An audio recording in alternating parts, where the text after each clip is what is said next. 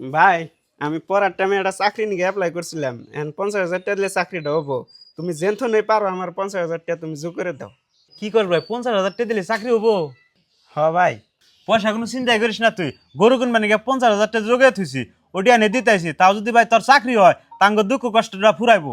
ফুলমালা, ফুলমালা, ওই 50,000 টাকা নিয়ে আসে। এই যে পয়সা, ও হান আপনি গরু কিনবার যাবেন, ধরেন। গরু কিনবার যাম না, আমার ভাইয়ের চাকরি হবো, হেজুন তো 50,000 টাকা নাকতাইছে। খাইয়া কাম নাই, চাকরির জন্য পয়সা দিব। যদি চাকরি না হয় ও আর কি কাম? গরু কিনবার নিকে পয়সা দিয়েছেন, গরু কিনা নেন গা। আজকে যদি তোমার ভাইয়ের চাকরি হয় পরে তার আঙ্গ ধরা দিব না। গরু কিনা গা, গরু পালন, তাও ভবিষ্যতে ভালালে চলন যাবো।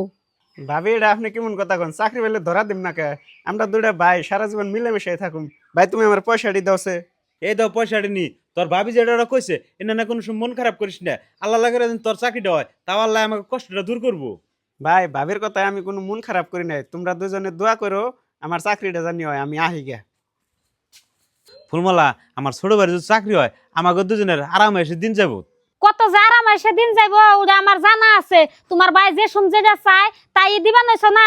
চাকরিটা খালি পাই, তোমার কামতে দিন যাইবো, মনে রাখো।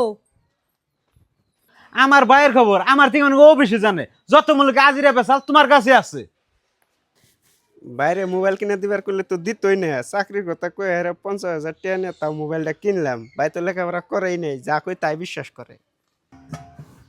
দাদা, আই এনে আই ঘরে যাবেন, চাকরির কেমনি কি খবর? কথা কন না কে দাদা, কি হয়েছে? আর রাতে এটা কি? এটা না নতুন মোবাইল।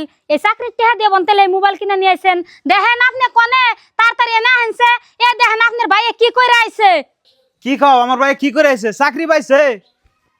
হ্যাঁ, আপনার ভাই না চাকরির নিগে পয়সা নিছে। পয়সা নিছে হলো মোবাইল কিনবার নিগে। আমি আপনারা বারে বারে কইলাম পয়সা দেন না, পয়সা দিয়ে গরু কিনুম। আমার কথা আপনি শুনলেন না। এখন ভালো হয় নাই। ফুলমালা, তুমি কও কে এতক্ষণে? আমার এত কষ্ট টেহা, সেই টেহা নিয়ে মোবাইল কিনে নিয়েছে।